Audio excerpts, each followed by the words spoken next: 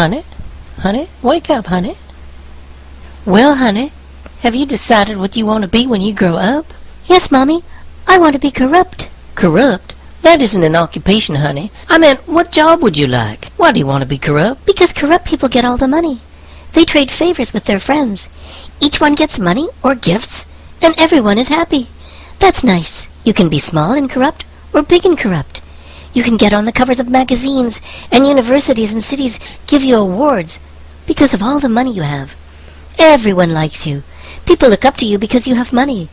They don't even notice people who have, what is it that people have when they're honest? Ethics, honey? Yes, ethics. People with ethics aren't even noticed, it seems. They're just exploited by people who don't have them. Ethics, that is. Corrupt people get to exploit people who have ethics. Most people don't pay attention to what's going on in their city, so they sort of deserve to be taken advantage of. Mommy, do you and Daddy have ethics? Why, yes, honey, we do. Is that why we live in a crummy house and always worry about money?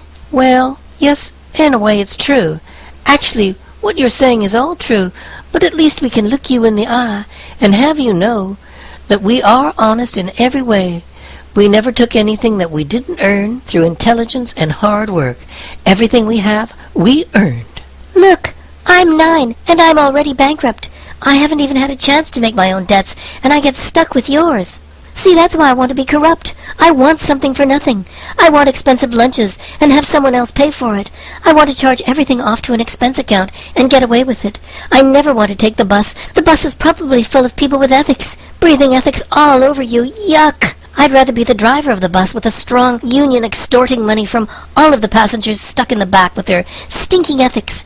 Yep, something for nothing is the best. That's what I've observed. Well, how do you propose to exercise this corrupt posture? Well, I want to get in on something big. None of this construction of highways stuff, but promoting big events like sporting activities. If I got a chance, I would promote a sporting activity in the city and get everyone involved. It isn't that difficult. The decision makers all want to pocket money, so they'll all go along with it. They salivate at the idea of big contracts to hand out and get kickbacks, and then tell working people that they're creating jobs. They have a common voice, so if you get them behind the project and paint pretty pictures of glory and good times, everyone who objects is drowned out. And most of the public is enthused about sporting events. All you have to do is promote and pump them up, and they get excited. You just have to be careful not to let them know how much they're going to pay for it in the end. Tell them all the good stuff, but nothing about getting stuck paying the bill for the next 20 years. You always start out small, like our glorious domed stadium. It started out supposing to cost $138 million, and ended up costing $750 million. It was eventually sold off to a private company for $25 million, because it was always losing money. The whole thing cost billions over the years, with people given high-paying jobs and pensions and dental care, and they probably never even showed up for work. That sounds good to me. Honey, I don't like the way you're talking. Too bad, Mummy. Like I said, I want big time. A big sporting event with cost overruns galore. Contracts to all my friends everywhere, and kickback money and favors rolling into my pockets. I'll have a big house and cash. I'll retire at 48 to the beach in Barbados, while the people with ethics are taking the bus to pay my pension. Anyway, they got their 2-week sporting event. That should shut them up.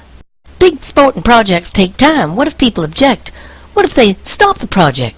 Mommy, psychologists have known forever that ordinary people, like you, unfortunately, never want to quit these projects once the money has been sunk into them. That's the whole trick. Get it started, and you don't have to stop it. It's well understood that average people feel that they will lose what they've already spent. You see, that's the best part of this game, human psychology. People who promote these events know this about people's thinking, and allows them to keep ripping off until the end. It just gets bigger and bigger. The real game is taking money away from people on the bus, not the sports game. And on top of that, the whole thing is like a giant credit card, with the people on the bus getting stuck with the bill when it's way too late. They're thinking of the excitement of the event, which will run for 2 weeks, not the 10 to 30 years of paying it off. For 2 weeks they'll have civic pride and enjoy watching people jumping into a swimming pool on TV. That'll be nice for them to remember as they're digging in dumpsters for something to eat. Ha! The people who organize the games will be on Easy Street, sipping fancy rum drinks on the beach in the Caribbean, while the taxpayers are struggling to pay it off forever and ever. My daughter! I've created a monster. A greedy, conniving monster. It's disgusting. Mommy? Yes? If I grow up to be corrupt in a big sporting event, maybe I can give you a job, and a car, and dental work. Oh, really? Hmm.